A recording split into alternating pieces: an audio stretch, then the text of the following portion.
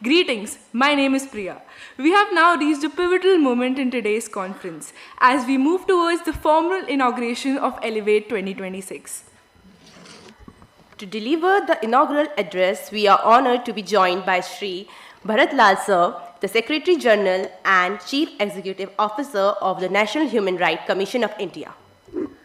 A former civil servant with over 3.5 decades of distinguished public service, Shri Bharat Lal's career has been marked by pioneering contribution in good governance, human rights, public service delivery, environmental conservation, and sustainable development.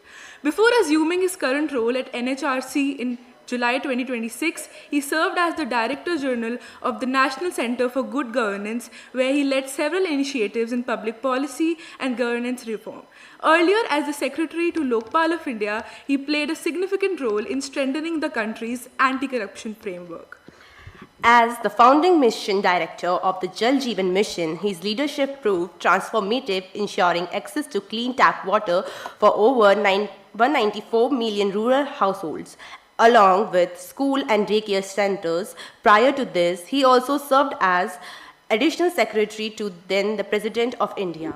His visionary initiatives, including the Chiranjeevi Yojana, Van Bandhu Kalyan Yojana, and the establishment of WASMO, has received national and international recognition, including the United Nations Public Service Award and the Commonwealth Association for Public Administration and Management Award.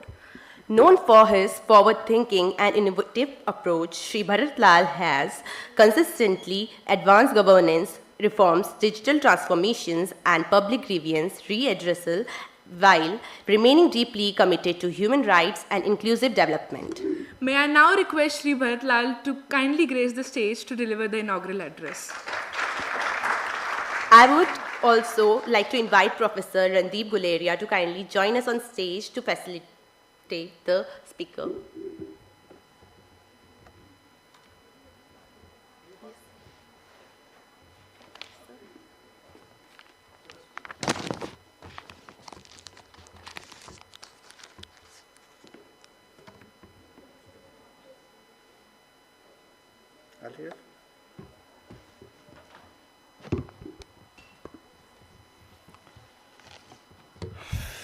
Good afternoon, everyone. Thank you for your kind words. Dr. Randeep Guleria, Dr. Trehan, my esteemed senior colleague, Ajay Bisaria ji, Astosh ji, Justice Kohli, I think she left. Ladies and gentlemen and dear students, first and foremost, I join all of you in commending Prerenda's performance. I think once again, may I request you to applaud with round of applause. That is wonderful, no. And Ramnaik, thank you and wish you very, very happy birthday. Keep on doing such a wonderful work. Well, friends, as you know, I think here, everyone, each one who is present here, I think, you are doing some wonderful job, wonderful work actually. Very pious soul, doing something very great. So, maybe not an occasion to talk about, many things about human rights or human values or but few things I would like to share today.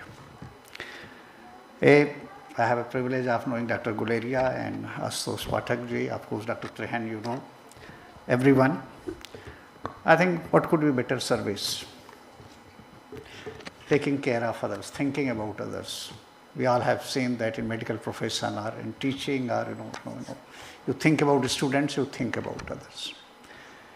And I think people like me are standing here because somebody, that teacher, somebody took care of a person like me. And I think all these people are doing the same thing. They are also here, they reach to these positions because somebody, helped them, kind of hand-holding. And during COVID-19, I had the privilege of working very closely with Dr. Guleria. And we saw that thought process, that how to think about others, not only about yourself. This life is all about thinking about others. Friends, Princeton Foundation, the work it is doing, I think many of you are involved. And I think your success, your performance and your character and what you are going to do basically, that reflects Princeton Foundation work. And today's theme, Elevate, beautiful theme actually, which has been done. But as in the presentation, it was said that, girl education is the most important part. And as you all know that so many people in this country, starting from Dr. Karve, Jyotiba, Phule, see the people, the kind of, work have done. But 2-3 things I would like to say. That A, let's not forget that it's a 5,000-year-old civilization, this country. And this civilization has certain strength. And one of the strengths we see in this society, of course, certain problems, certain issues have come up in last few centuries or millennia, but broadly see, A, that women always had a very, very high position in our society. Just imagine 3 most important things in life: knowledge, wealth and power. And for all these 3, we have a tradition that when you want to get these things, you remember you worship some god or goddess. But all these basic 3 things, there are only female goddess. There is no male god. There is a Saraswati or Lakshmi or Durga or Kali. It has, that shows the civilizational ethos of this country. In fact, I have the privilege of working with the National Human Rights Commission.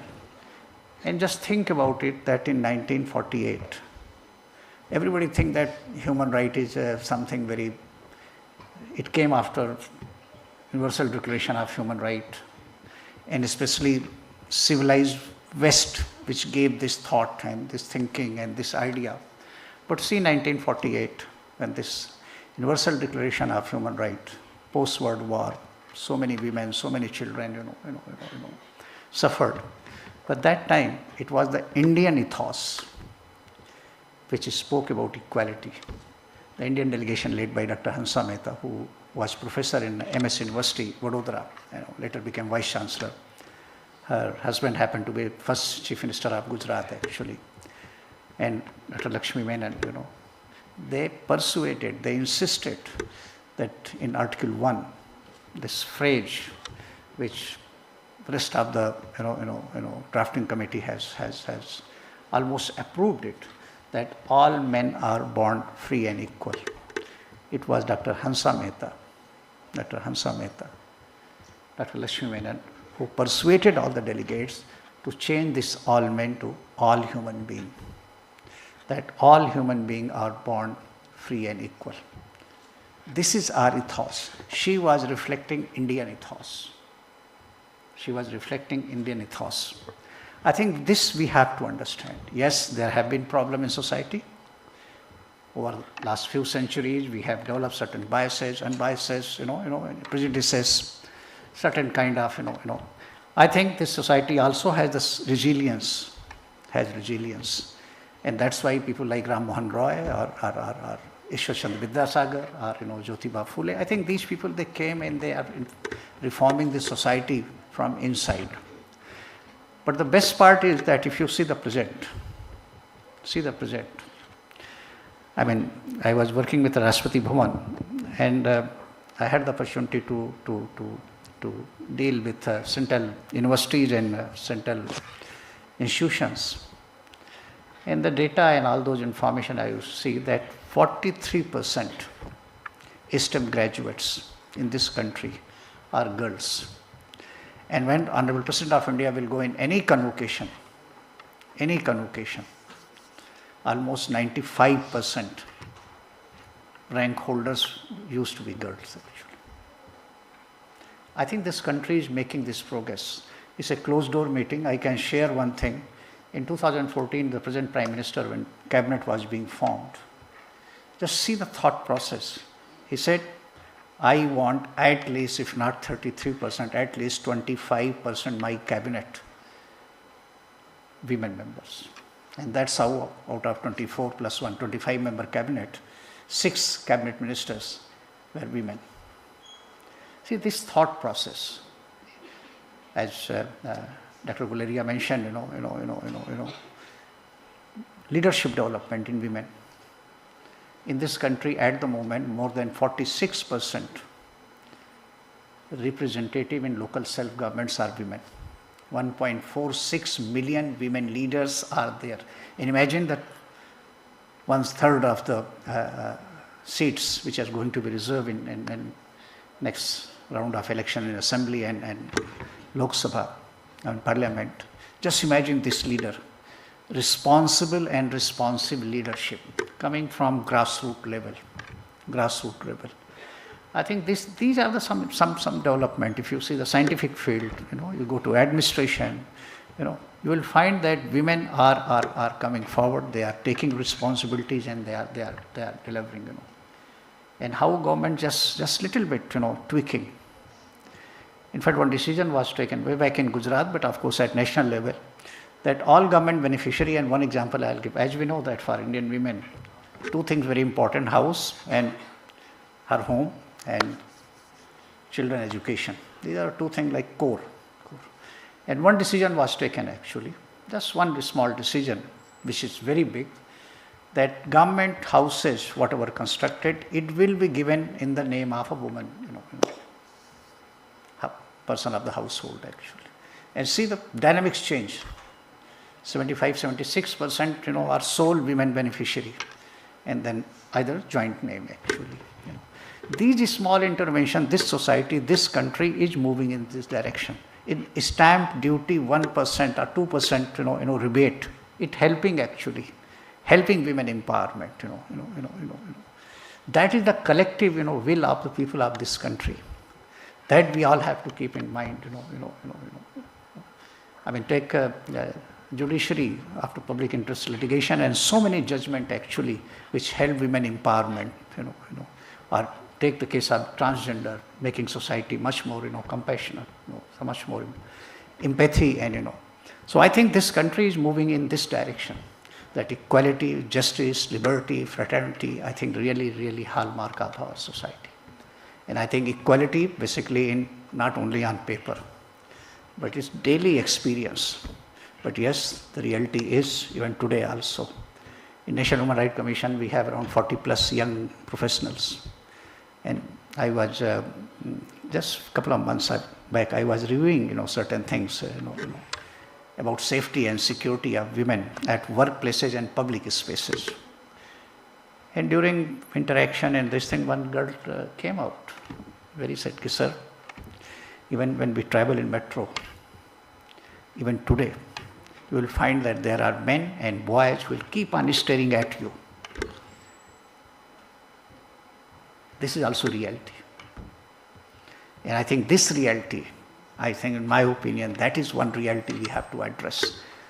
That education, not in college and university, but that education at home, that why you make women and girls, uncomfortable. I think this kind of a small intervention actually will make society much more safe, secure, and girls are able to live that dignified life. Well, today I congratulate all of you for joining this initiative, and I'm sure that the motto or the spirit of this foundation, that think about others, I think we will carry on. This is one takeaway, and just keep in mind that somebody, some group, some people invested in you, how you can give back to society at some stage. That is the one thing. If you are able to help only one person, another girl, another, I mean, some great work is going on, I tell you, in this country. My daughter was studying here in, Convent of Jesus Mary. Just imagine, every Wednesday they will say that bring 1 onion and 2 potatoes. And if you can bring more. And taking all these vegetables to some slums, these children going and developing this kind of empathy and compassion. Or my daughter was asked that you have to teach a girl child from slum. And you won't believe, not only she was in 8th standard and onward till 12th, she has to teach. Every day for 2 hours, after 2 o'clock, she will teach. And what it started? Teaching, okay, she will bring pencil box, she will bring book, she will something to, comb, something, to, small things, I think this is small hand holding, very, very small hand holding, doesn't, this thing. While closing, I will just request, especially my young friends, as you have seen, this group who is mentoring you, if I have to see, I see 2 things. A, sensitivity. They have sensitivity. They are able to think about others. They think about their need. Please imbibe this sense of sensitivity. And B, after having sensitivity, develop responsiveness. If you have sensitivity but not responding to someone's misery, someone's pain, someone's it's not of any use actually. It's of no use. I think the only message I would like to give, that let's have some sensitivity, whether it's girls or women or even poor or transgender people on the road actually, we just condemn them to be criminal. They are doing only begging and badhai, that's it, nothing else. We just simply, sensitivity need. I mean, last few years or last few decades, see the Transgender Act, Mental Health Care Act, these kind of, things have been done, actually, Disability Act, women's, this thing. I think what we need, that responsiveness, that we should act on it. In fact, a lot need to be done. I am part and parcel of the system. We keep on pushing the government, that government has created that transgender card has to be made so they can get benefit, including sex reassignment surgery, etc., and all those things. But we have to ensure that everybody get that card. Mental Health Care Act, in 2017, we have made a law in this country that in 10 years we have world class, in same proportion, that kind of psychiatrists are mental health care professional. But 2027 is going to come, but we have not been because so many issues are so many challenges. My limited point is that when it comes to human right or someone's dignity, it is not only always the state or government or some alien who is basically going to know this thing. In our kind of society, I think we are equally responsible. Most of our evils, most of our problems originate with, take violence against women. It is not the government and government functionary comes and, dowry death or, this thing takes place. It's society actually, So people like you are going to have this message that please contribute in making this society, this concept of fraternity, to internalize, It's not that human right is violated by government alone. It is the you and me basically we keep on, in our kind of society, most untouchability. It is not the government is practicing, it is you and me are practicing, So friends, you are the ambassador. You are the ambassador of these good thoughts. You are going to set example. I take this opportunity to wish you all very best and do well in life. But more importantly, this light which has been started, try to take it forward and try to lighten up, try to brighten someone's life, help others to achieve what you have achieved. Thank you once again. Congratulations to Astosh ji and board headed by Dr. Guleria and others, and wish you all great success. Thank you. Have a wonderful afternoon. Thank you.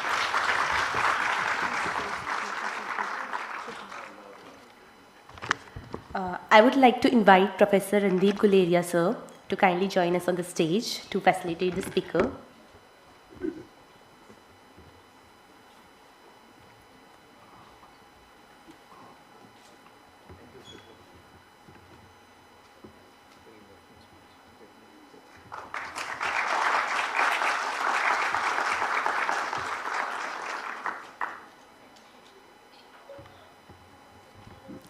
Thank you so much, sir, for those thought-provoking insights. Your words will resonate with us along after today's conference conclude.